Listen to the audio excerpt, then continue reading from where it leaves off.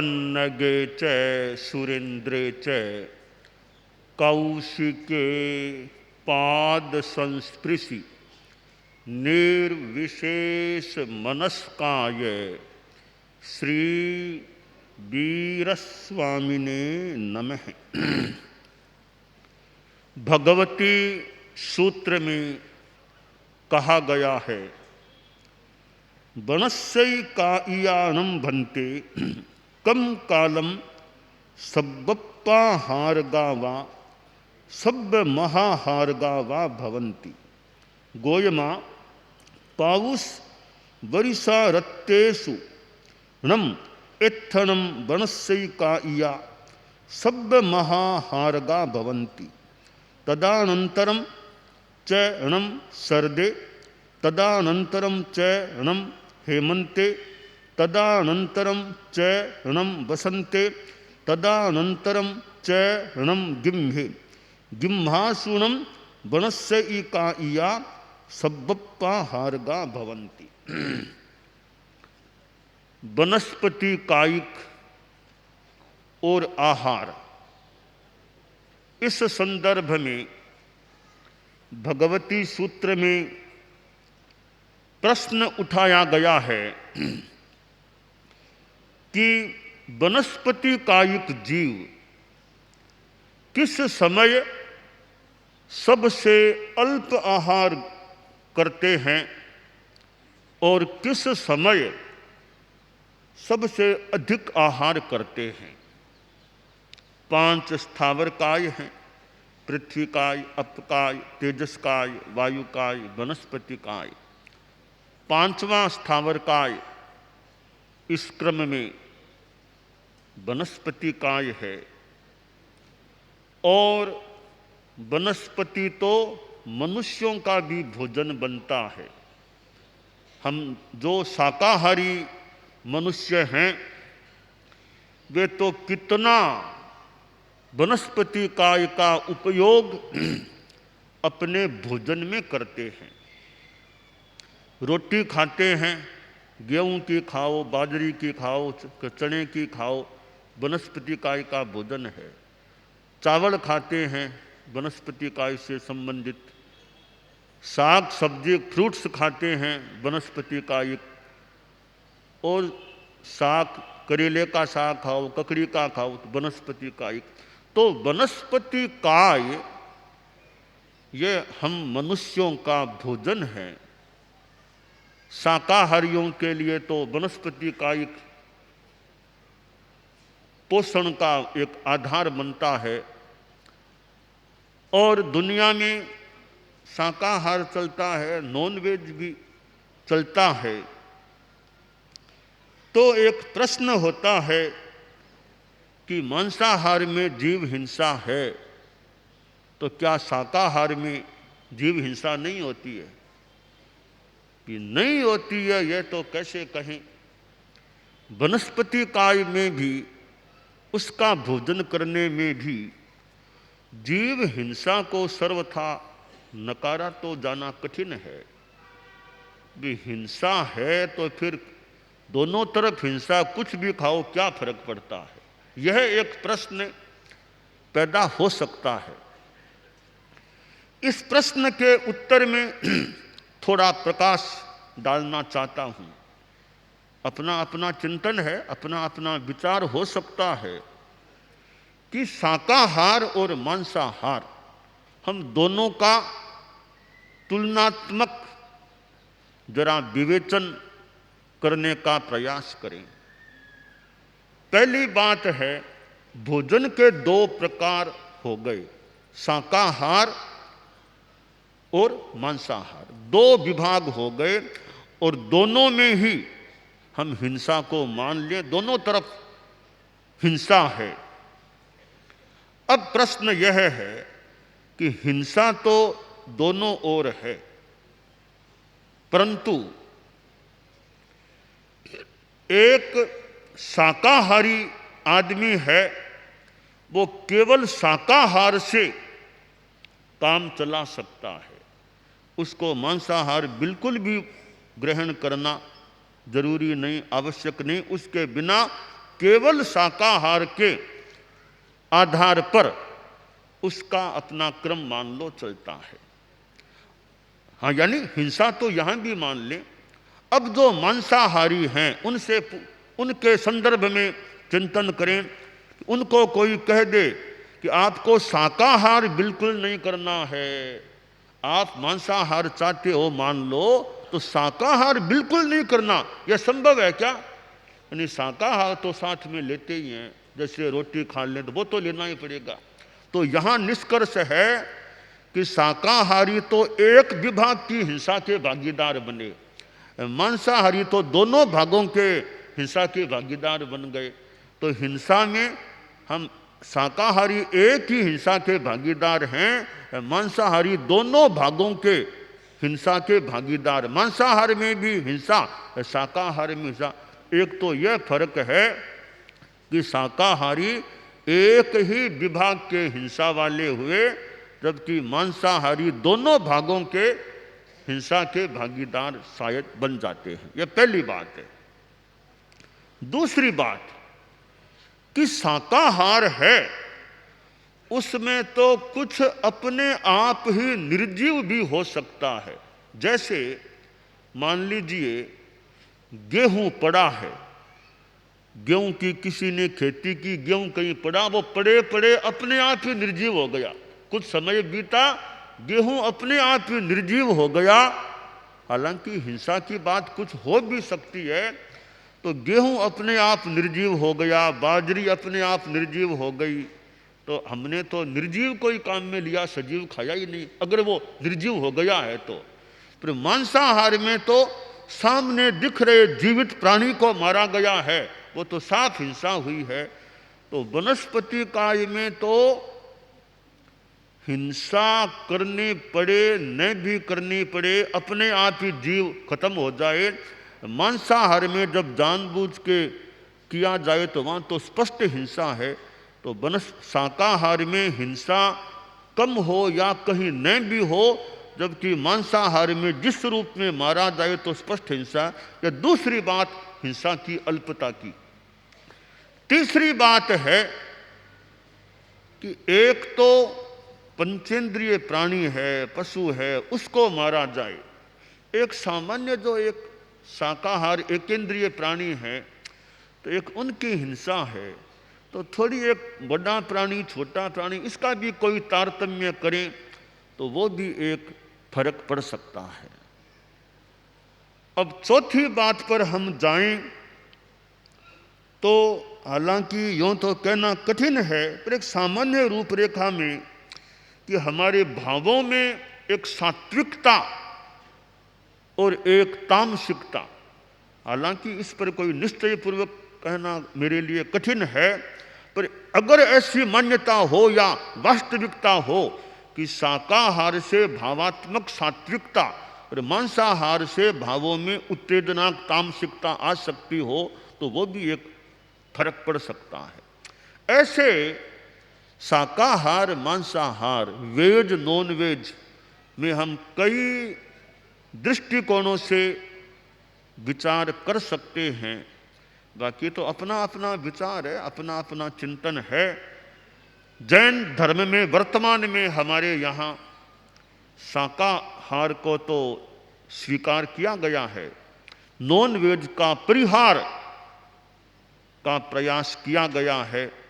इसलिए साधु तो खैर बहुत ऊंची बात है, गृहस्थ लोग हैं, जैन धर्म के अनुयायी हैं, तो वे भले होटल में जाएं, कोई बच्चे हॉस्टल में ठहरे, कभी हॉस्पिटल में भी जाना पड़े, कभी नॉन वेज से जहाँ तक संभव हो सके प्रयास करके बचने का लक्ष्य रहना चाहिए। कि होटल में गए दोनों तरह के भोजन हैं, तो दोनों तरह के हैं तो फिर कहीं आसपास दोनों हैं, मिला जुला कुछ न हो जाए। तो शुद्ध शाकाहारी होटल हो तो अलग बात है, जहाँ दोनों है वहाँ थोड़ा कहीं कोई ध्यान रखने की बात है कि मिला जुला रूप न हो जाए, वो चम्मच आदि कहीं आपस में मिल न जाए। तो ये गृहस्थ लोग आप लोग हैं, ये नॉन वेज से बचाव का प्रयास। और दवाई में भी कि दवाई में भी कि जैसे कैप्सूल है वो नॉन वेज का उसमें है, तो भी उससे बचाव का प्रयास होना चाहिए। कि दवाई में पता है कि नॉन वेज की है, तो भी और भी कोई अल्टरनेट कोई मिल जाए तो नॉन वेज की दवाई न लेनी पड़े तो बढ़िया। तो यूँ हमारे जैन शासन में जो अहिंसा की अवधारणा है, उसमें यह हम नॉन वेज के परिवर्जन की अवधारणा को लेकर के चलते हैं। और अहिंसा की भावना है, साथ में भावात्मक शुद्धता की बात भी हो तो हो सकती है। तो यह वनस्पति काय एक शाकाहार का विभाग है और हमारे भोजन का एक आधार है वनस्पति। अब वनस्पति में भी हम ध्यान दें कि अनंत कायिक और एक बिना अनंत कायिक, जमीकंद और बिना जमीकंद, लहसुन, प्याज, शकरकंद, गाजर, मूला, ये चीज़ें हैं जो अनंत कायिक जमीकंद रूप में हैं। बहुत ज़्यादा अनंत जीव, थोड़े से अंश में भी अनंत जीव, ऐसी जो वनस्पति है तो है तो शाकाहार, तो भी कि जीव हिंसा का अल्पीकरण हो, इसलिए जमीकंद से भी लहसुन, प्याज, शकरकंद, गाजर, मूली, ऐसी चीज़ों से जितना संभव हो बचने का प्रयास हो, क्योंकि उसके बिना भी काम चल सकता है। तो अनंत कायिक का जितना हो सके परिवर्जन करने का लक्ष्य रखें, प्रयास रखें। तो यानी हिंसा का कैसे अल्पीकरण हो, यह हमारा लक्ष्य रहना चाहिए। और धार्मिक कोई समारोह में भोजन हो, ये व्यवस्था समिति के जैसे भोजनालय होते हैं, जो श्रावक श्राविकाएँ आदि लोग खाना खाते हैं, वहाँ तो शकरकंद, गाजर, लहसुन, प्याज इनका प्रयोग नहीं हो तो ही अच्छा रहे। कि धार्मिक संदर्भों में भोजनालय हैं कि वहाँ कम से कम श्रावक श्राविकाएँ जहाँ खाते हैं वहाँ लहसुन, प्याज, शकरकंद, गाजर, मूला इनका साग न बने, ये उपयोग में न लिए जाएं। एक धार्मिकता की दृष्टि से एक उपयुक्त बात हो सकती है। और जितना उसके घरों में भी, परिवारों के घरों में भी जितना हो सके लहसुन, प्याज आदि ये जमीकंद का साग न बने तो जितना संभव हो सके वर्जन का प्रयास श्रावक श्राविकाएँ कर सकते हैं। त्याग कर दें तो अव्रत भी कम हो गई और हिंसा का अल्पीकरण भी हो गया। अभी मुझे जैसे शकरकंद, गाजर ये खाने के 1 साल के त्याग हैं तो अव्रत भी रुकी और हिंसा का भी संयम हो गया। तो वनस्पति काय में भी अनंत कायिक जो शाक या चीज़ें हैं उनके भक्षण का जितना संभव हो सके परिहार का प्रयास होना चाहिए।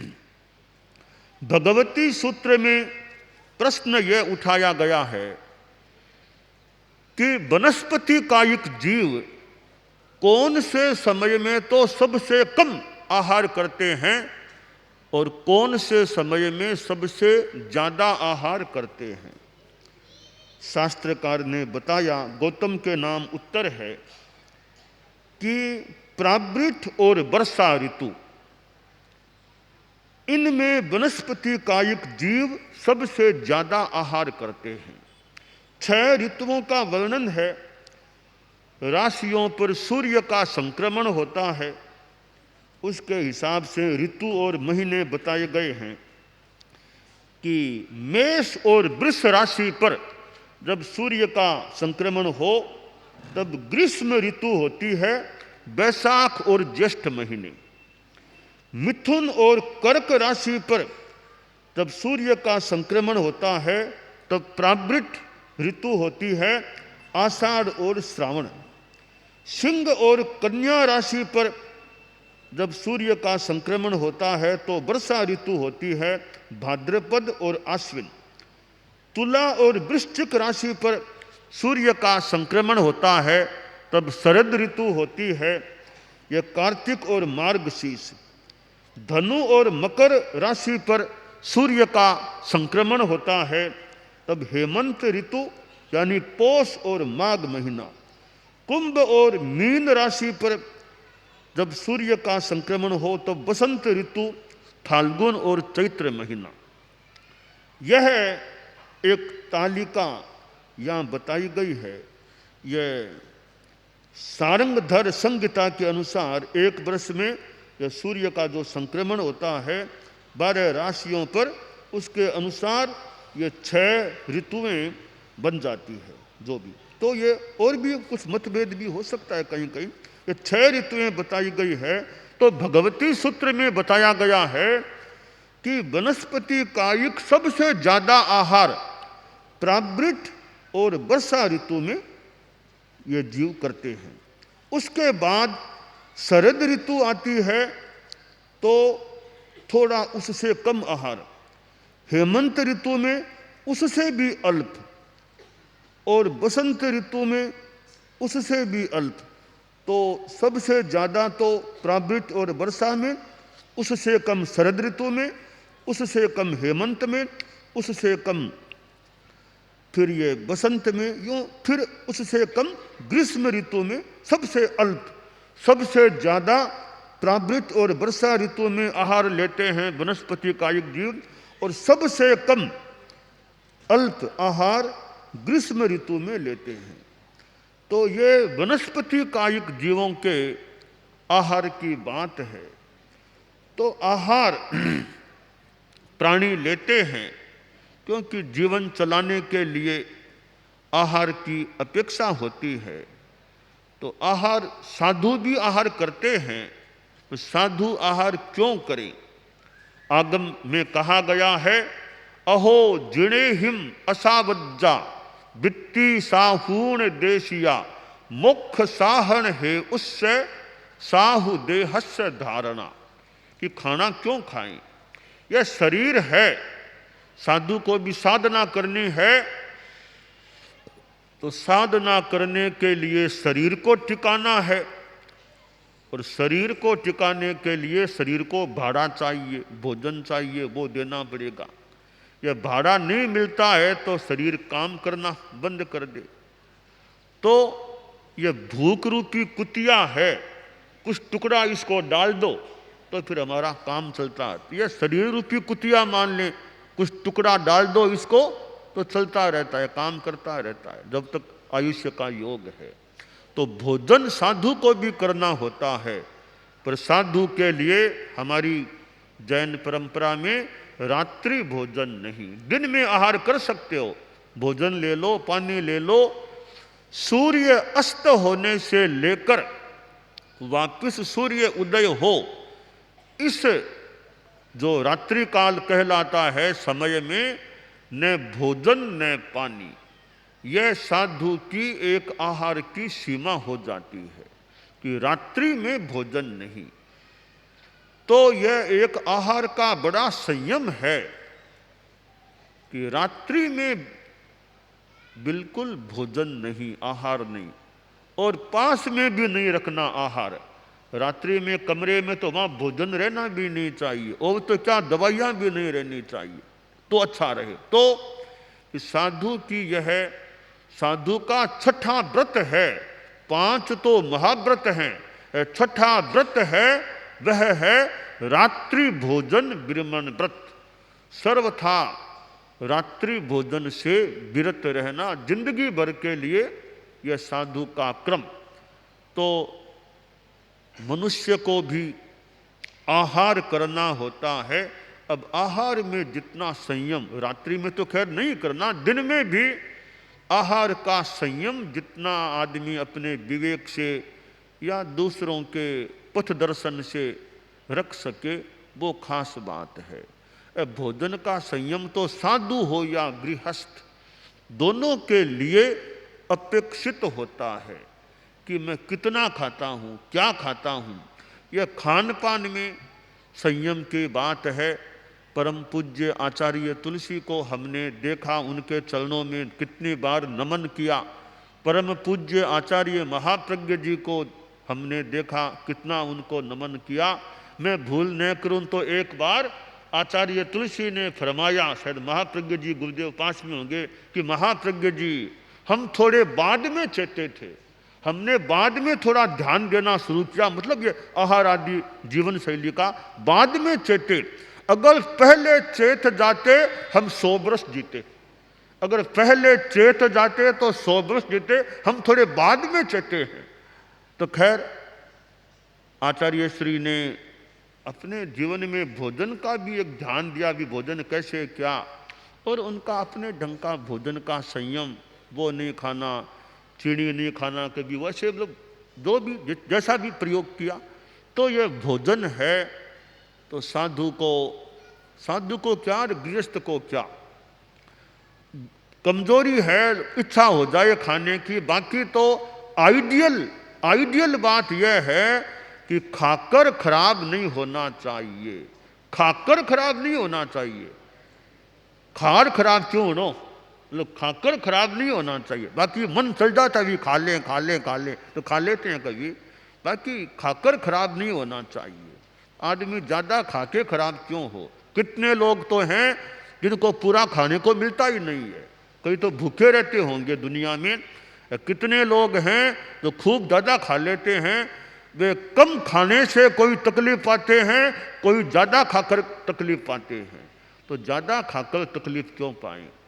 तो यह भोजन का विवेक हम सब में रहे, हम क्या खाएं, कब खाएं, क्या न खाएं।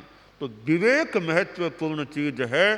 खाना कोई बड़ी बात नहीं खाना भी शायद कहीं बड़ी बात नहीं, खाने और न खाने में विवेक होना वो बड़ी बात है। तपस्या करना भी अच्छा है, तो कहीं खाना भी अच्छा या जरूरी होता है भी कि खाना भी बिना खाए काम नहीं होगा।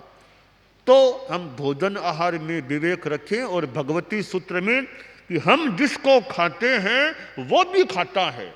हम वनस्पति कायिक को खाते हैं तो वनस्पति कायिक भी कुछ आहार लेती है। इसका वर्णन जो यहाँ आया, सबसे कम आहार कब, सबसे ज़्यादा आहार कब वनस्पति कायिक के जीव करते हैं, यह संक्षेप में भगवती सूत्र में ऋतुओं के संदर्भ में बताया गया है।